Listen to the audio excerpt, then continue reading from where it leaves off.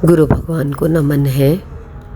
भारत में एक कहानी प्रचलित है जो यह बताती है कि सत्य पर किसी का एकाधिकार नहीं है।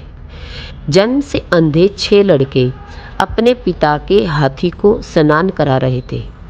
एक जो पूंछ को धो रहा था, उसने निष्कर्ष निकाला कि हाथी एक रस्सी की भांति होता है। दूसरा जो टांगे धो रहा था, उसने हाथी का वर्णन 4 खंभों के रूप में किया। तीसरे बेटे ने कहा, तुम दोनों गलत कह रहे हो। हाथी 2 पंखों के समान है जो आगे पीछे झूलते रहते हैं। वह कानों को धो रहा था। चौथे बेटे ने कहा, नहीं, हाथी एक विशाल दीवार जैसा है। वह हाथी के पीछे भाग की सफाई कर रहा था। पांचवा बेटा हाथी के बाहर निकले दांतों की सफाई कर रहा था। वह आश्वस्त था कि हाथी केवल अस्थियों का एक जोड़ा है।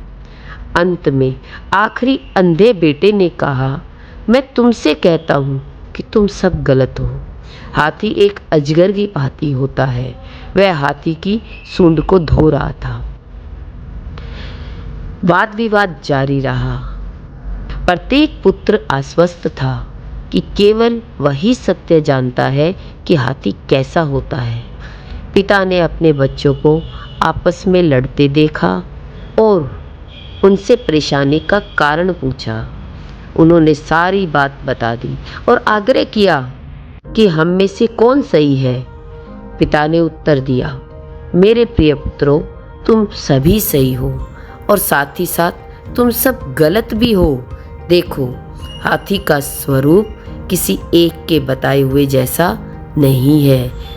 वह जैसा कि तुम सबने उसका वर्णन किया, उसी सब का मिला हुआ रूप है। तुमने इस बात पर सोच विचार नहीं किया कि प्रत्येक का कथन हाथी के केवल एक भाग का विवरण दे रहा है। सत्य के साथ भी हमेशा ऐसा होता है।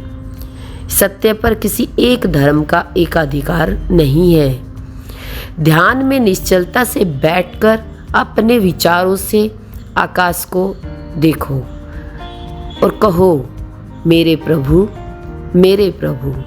दर्शन दो, स्वयं को प्रकट करो और आत्मा में छिपे सत्य प्रेरणा के स्रोत में शांति से गहरे और अधिक गहरे उतरते जाएं।